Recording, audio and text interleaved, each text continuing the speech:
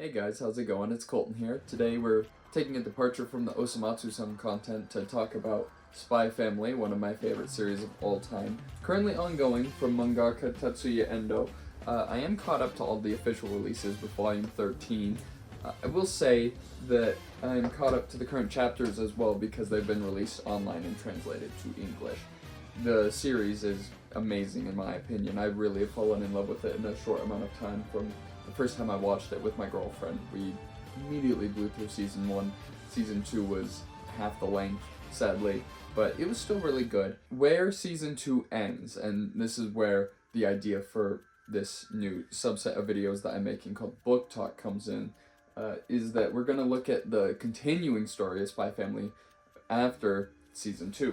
So that ends in chapters 58 and 59. Why I say both is because the anime actually switches the order of the chapters, known as missions in the manga. Chapter 58 is the season 2 finale, while 59 gets switched around to the episode before, probably because they wanted to end on a sweeter note, which is understandable. It is odd, however, because 58 and 59 are the beginning of the Wise arc in the manga, as it's known. So 58 and 59 do feel the most disconnected in the entire arc, to be fair, so it makes sense that they got pushed to the ending of season 2 instead of the beginning of season 3. After the Cruise Adventure arc, which was adapted into the second anime season, Endo decides to world build a bit. He wants to flesh out the characters that we've been introduced to, but to be fair, half of the characters just don't have names. Twilight doesn't even have a real name. Lloyd isn't his real name. It's easy to forget that when that's what everyone calls him. The following chapters don't have as strong a through line as a conventional story arc would, but that's because they're focusing on how Wise actually maintains peace between the East and the West, which is really interesting to somebody like me who likes world building.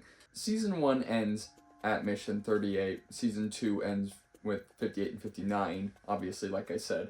So if that's the trend that we continue on, if season 3 is only 12 episodes, which I don't know if it's been confirmed or not, then we'll end around chapter 80, and really it'll probably end around chapter 78, which is the ending of the Red Circus arc. Right before that, I don't see why they would go into the beginning of the next arc. Again, like these, like I said, 58 and 59 are really inconsequential because the Wise arc isn't there's not as strong a through line in the Wise arc, so it's just more casual. And you really, 79 is a really casual chapter too. It could end on that one, which again, it's a Bond chapter. It is a Bond and Lloyd chapter again. Thankfully, it doesn't seem like they'll ever be able to catch up to the manga until the manga is finished. The specific focus of today's video is on these two volumes of Spy Family, volume 9 and 10. This contains the Wise arc in its entirety. The Wise arc is only 6 chapters long, and so it's a matter of, like I said, just looking at each story individually and telling you about what happens in them. Like I said, 58 and 59 are covered in and near the middle point of this volume. It's the story about, again, Bond not wanting to be poisoned by Yor's cooking, so he goes after Twilight, ends up saving another animal in a house fire, and then he has water doused on him, and Lloyd almost loses his composure and laughs at him. You know, it's a really cute chapter. Again, he's super proud of Bond, and he suspects that Bond maybe had been experimented on in one way or another, but he doesn't have any concrete idea because he can't read Bond's mind like Anya can. Yeah, it's a really cute chapter. Obviously, 59 is really funny. There is a great shot in there of Twilight's reaction when Yor plays the bell game. Yeah, like I said, everyone's reaction to seeing how Yor just destroys the game, you know, is hilarious. Always love all of the gags in Spy Family because they're real simple. Obviously, it's nothing too crazy, but it's always funny. Regardless, getting more detailed into the story. The switched order of missions 58 and 59 in the anime seem to be made to end the story on a sweeter note, with Bond proving his worth to Twilight and avoiding the terrible fate of eating Yor's cooking. Both chapters are great, and Becky's chapter really captures what it's like to be a kid. When we're children, we think we have the world figured out, but we're naive. Becky's crush on Lloyd encapsulates that perfectly, since she only knows what she's watched on television concerning love. Now, chapter 60 is where my interest with this arc was peaked. We get a wonderful chapter where Nightfall needs to acquire a forged exporting license to combat a national strawberry shortage. As silly as it sounds, this is as legitimate a reason as any that relations could falter between two nations. Nightfall asks Twilight to point her in the direction of someone who could help, and thankfully he knows somebody. Frankie acts exactly how you'd expect around Nightfall after she makes it through his half-baked booby traps, and she gives him Twilight's code. Fiona tries cutting out the middleman and threatens Frankie to reveal his counterfeiter. Frankie, realizing he has the leverage, stands his ground and tells her that she needs him. Essentially, she just has to deal with Frankie and follow his lead. When Frankie isn't around Twilight, he has an air to him that exudes confidence. This is half a front, as we know. Frankie is very self-conscious and unapologetic when it comes to his tactics concerning women. However, Frankie is Lloyd's informant for a reason. He's intelligent, cunning, and was a soldier of war between East and West, but that's covered here in a later chapter. Without spoiling much more, as I want you to actually go and read this, Frankie proves his quality to Fiona, and she actually tells Frankie she wishes to work with him again. I could see Nightfall going for Frankie once she realizes she won't win out over Yor. I've seen some theories that say she'll end up with Yuri, which, maybe. The only way they could actually interact is if Yuri ever ends up in the hospital, but we don't see them interact up to this point. Back at Eden Academy, Old Lady Tonitrus has returned, much to the horror of the Eden students. A cartoonish villain, Madame Schlegg, yes, that's her name, gives out Tonitrus bolts to students over the smallest of infractions. When Henderson questions her method, she tells him she'll be visiting his first-year students. This results in a surprising sacrifice, and Anya ends up with her second Tonitrus bolt. Anya goes home, and when Lloyd sees her new bolt, he reacts appropriately. Mission 62 is one of the most important chapters we see in the entire story. We finally get Twilight's backstory in its entirety, sans his true name. Watching Twilight's life be torn apart by the war is equal parts enlightening and tragic. Twilight lost both of his parents in a short span of one another, along with his childhood friends. He joined the war to fight against the people who took everything from him, and in this time ends up meeting Frankie, who is fighting on the opposite side. We see how Twilight was selected to become a spy, along with reiterating why he does what he does. Endo gives a satisfying backstory to Twilight, which makes his cause both believable and just. Mission 63 ends on a story about how the media spins narratives. Wise works to clear the name of a famous opera singer while multiple scandals emerge surrounding this celebrity. It's a nice commentary on something that doesn't really need to be said, but to a younger reader, the message of finding answers for yourself is a strong one and a sufficient way to end the arc. Really, the Wise arc is a stepping stone between larger story beats, but we're introduced to new characters, saw other characters interact for the first time, and the heat was put on Anya. With 2 of 8 Tonitrus bolts, she is in jeopardy of being expelled, and could be the very reason Operation Strix fails. Getting into a spoiler territory with discussing the chapters from this point on in the actual video, watching Fiona and Frankie interact is really great. You know, these are 2 characters that are a lot of fun. Nightfall is a great character, even if the whole love aspect with her and Twilight, it's like, it's whatever, because he doesn't reciprocate it at all. And I can't remember when it's brought up, but it's said that Twilight was the one that told Nightfall not to smile as much anymore, and that's the reason why she doesn't, which is ironic because Lloyd always smiles. There's a great part when Nightfall and Frankie are escaping with the counterfeiter because Yor called the secret police on the counterfeiter so that she could trick him, well, so she could save him, essentially. And then Frankie even questions this because he's not an idiot. He ain't no dummy, you know. You know, she doesn't cop to it, but he knows something's up, obviously. And seeing her at the ending, you know, say, hey, if I have anything else I need, I'm just gonna come to you. And Frankie's like, hell no, because he obviously is definitely infatuated with Nightfall, just based on her looks, because Frankie is somewhat a shallow person. At the same time, he does have a heart of gold. I'm not gonna say it's completely just out of a desire to get with women that he does what he does, especially when him and Nightfall dress up and he tells everybody that Nightfall is his girlfriend in the nightclub. That's really hilarious. I love that so much. God, I'm trying to think what else about the chapter. Oh, when they're escaping from the secret police, Frankie actually knows different pathways through the city streets, you know, and the different alleys, which ways to take to get to safety the fastest, which, again, that's what proves that's how he proves himself to Nightfall, and so I think that that's a really good way of showing that he's a really competent character as well, obviously. Yeah, you know, that's a really great chapter.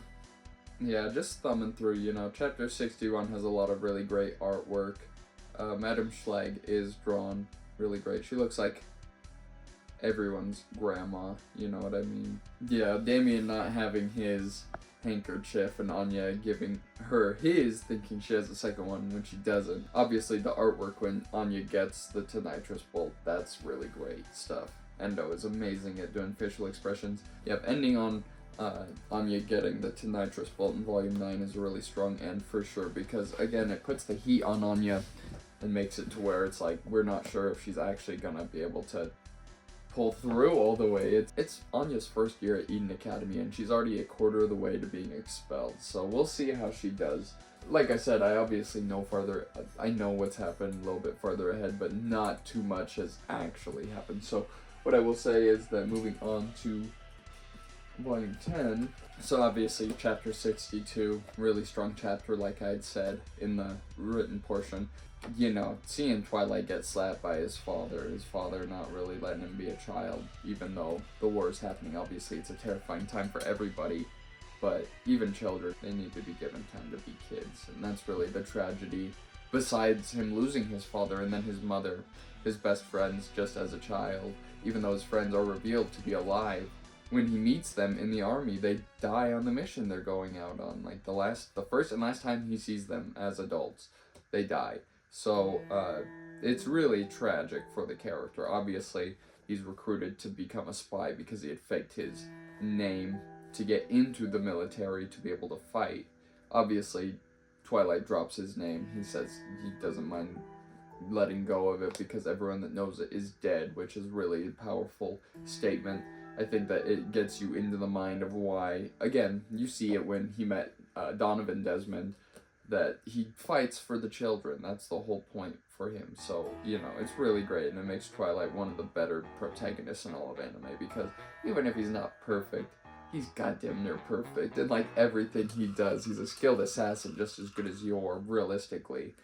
But yeah, this is definitely, if you love the Spy Family anime, then you need to pick up the manga and read it, because this is the next level. Obviously, this is going to get adapted into the anime, but I don't know if it's going to be as good as my expectations for it, just because, and that's saying a lot, I know, because Cloverworks and WIT are amazing animation studios, and they do amazing work. I'm not downplaying their achievements at all, or what they've already done with Spy Family, because the show does look amazing.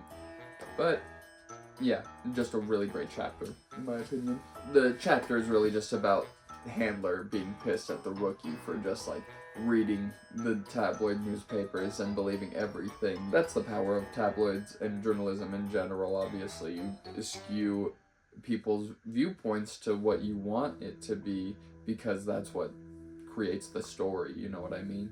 Essentially, of just being able to manipulate the facts to whatever you want them to be. And in the ending, when it's revealed that the opera singer is fleeing the country because he's terrified of a mob boss whose wife he was having an affair with, that is revealing too, just that, like, not everything that you hear is a lie. You have to be able to discern what is the truth to you. And that's really something that's difficult to do, but it's important to be able to do it, because you're not going to get the whole truth from anybody in the news world or from politics or anything like that. So just being able to identify your truth is what's important, I think. Next time we'd be discussing missions 64 through 68. It's the Friendship Schemes arc. So if you want to, my cat meowing, if you want to, then definitely read ahead to that point at least, so that by the time that video comes out, you'll know what I'm talking about when we're discussing each mission or chapter separately. Obviously, if you guys like the video, please let me know, because this is just something I wanted to do, was talk about Spy Family, because I really do love the manga. And the more videos that I make, the more comfortable I get with actually being in front of the camera and talking about the stuff that I really like Osomatsu-san and Spy Family. We'll also talk about Hajime no Ippo.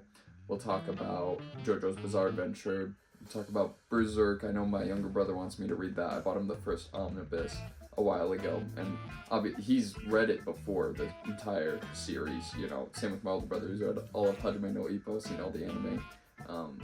These are series that obviously people around me love too, and that's what definitely influences my watch history when it comes to anime and reading manga. Inuyasha is another one that we could talk about, because obviously I grew up with that. One of my favorites of all time anime-wise is Lupin the Third. Mashal is really great. A lot of stuff that we can cover on this channel, but like I said, the more I talk about it, I think the more that I'll be able to produce better content for you guys. So definitely just watch out for more videos in the future, and I hope you guys have a great day.